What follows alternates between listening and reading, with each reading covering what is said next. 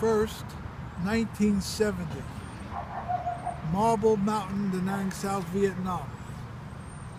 I'm on a forward outpost in Da Nang, and it's 3 o'clock in the morning. Between 3 and 4, we have a brutal attack. We're getting attacked from 3 different sides, and this is a war story. This is Katrina, my dog. Katrina, she survived Hurricane Katrina. I'm Mitch Barnett. I survived Marble Mountain, South Vietnam, and I'm here today to talk about war stories. So it's March 1st, 1970. We're getting attacked on 4 sides, and we have a new commanding officer. He's about, I'd say about 300 pounds. He has large black rimmed glasses, and he looks like Arthur Godfrey. He's a non-traditional man, but he's a tough son of a bitch. He's a no-nonsense guy. And the one thing he said, he doesn't expect anybody in the unit to be late for roll call or to miss roll call, of course. He says, God help you if you miss roll call or if you're late for roll call. So we get attacked on 3 sides, and we get a message on that we need A positive blood. There's a bulletin going out. We need they're in dire need of A positive blood. So I go over to give A positive blood. It's between 3 and 4 in the morning, so I could save somebody. They need the blood. People are dying. We're getting hit on all sides from 3 different directions. Marble Mountain, the front of the outpost, the back of the outpost. We're getting hit on all sides. And what happened was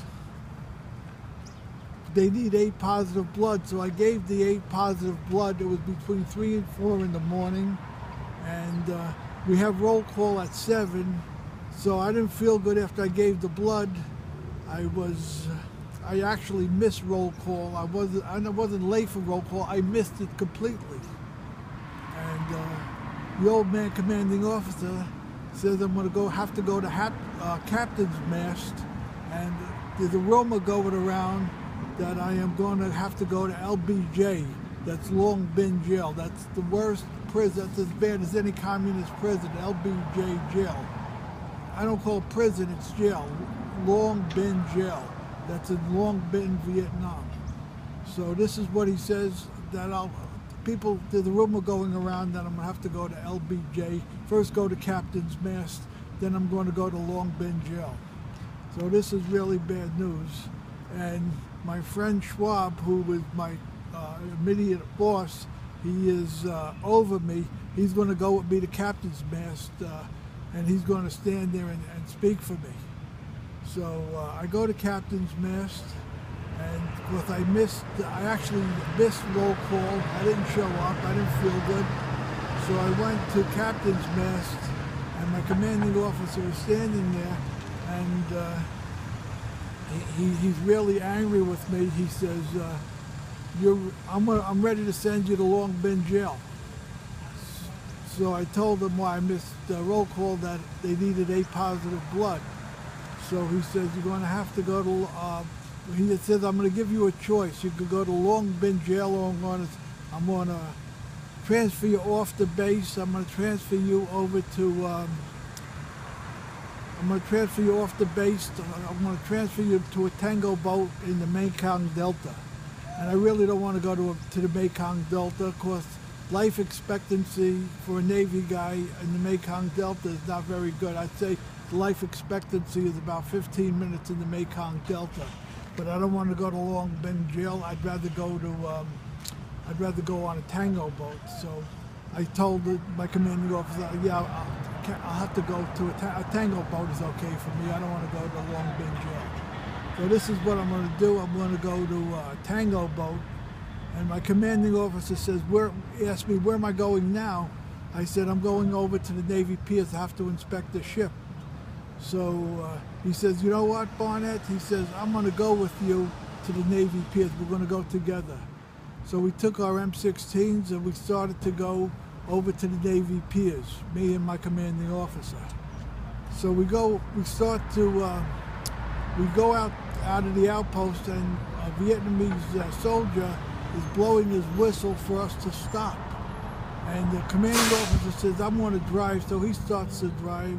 He says, "I'm going to drive," and some Vietnamese is blowing his whistle for us to stop.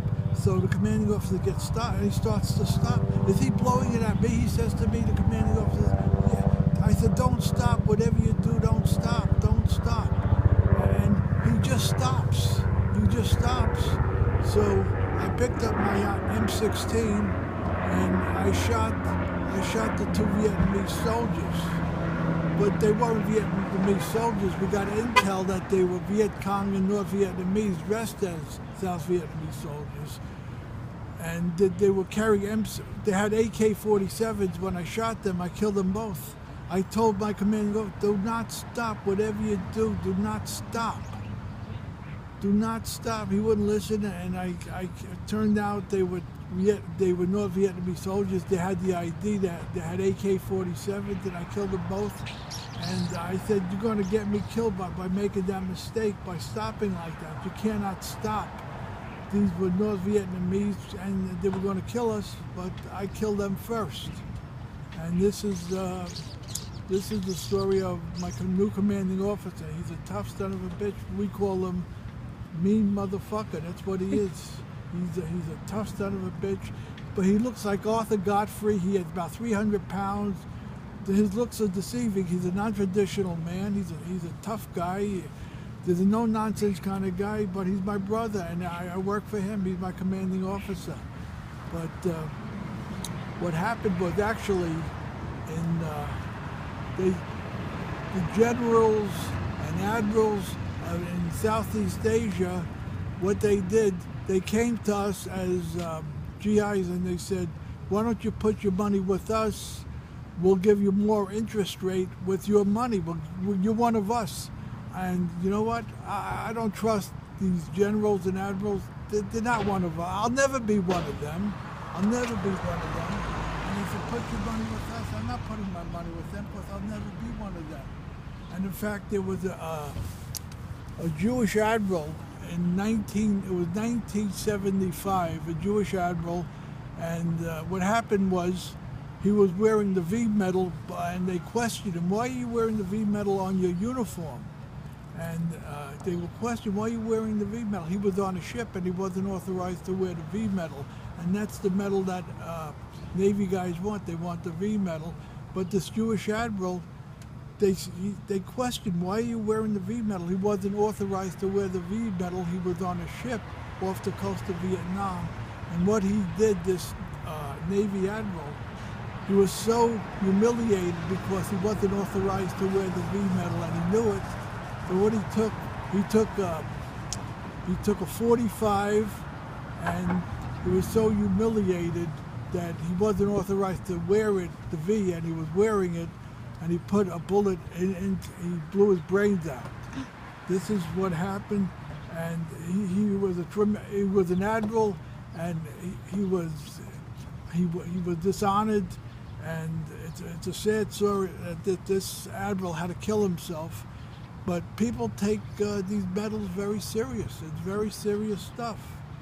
And this is my dog, Katrina. She's a survivor. She survived Hurricane Katrina. I'm Small Potatoes. And me, myself, I am 100% loyal to the United States Navy. I'm a Navy man. I'm loyal to the Navy. I made what I could on the side, but I'm loyal to the Navy, 100%. I made what I could on the side, but I'm loyal to the United States Navy. And this is a story about my new commanding officer. And it was crazy times in Vietnam, and this is one of my stories. I spent 291 days in Vietnam. I wrote about, I have on my wall in my house, I have all my medals. I'm very proud of them. And I made a shrine, actually. The most important lesson is to love yourself. If you love yourself, that's the most important thing. Love yourself.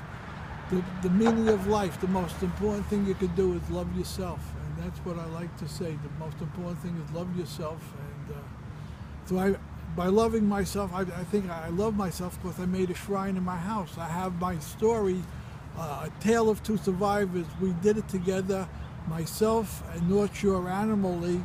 We wrote the story together. I wrote it and they edited it. We worked as a team, and it was nominated 2014 for a short story Pulitzer Prize. Pulitzer Prize 2014. I was nominated for a Pulitzer Prize for a short story, A Tale of Two Survivors, where you could see on the internet A Tale of Two Survivors, North Shore Animal League, and that's my story, Mitch Barnett, and I'm very proud of it. And I'm proud of my dog, and she's a great dog, a very lovable dog, very mellow dog, kind dog, and this is our story. We're survivors, and we have a lot of stories to tell, and I hope you enjoy it, and we'd like to talk more about the other stories that I have coming. Thank you, and have a good day.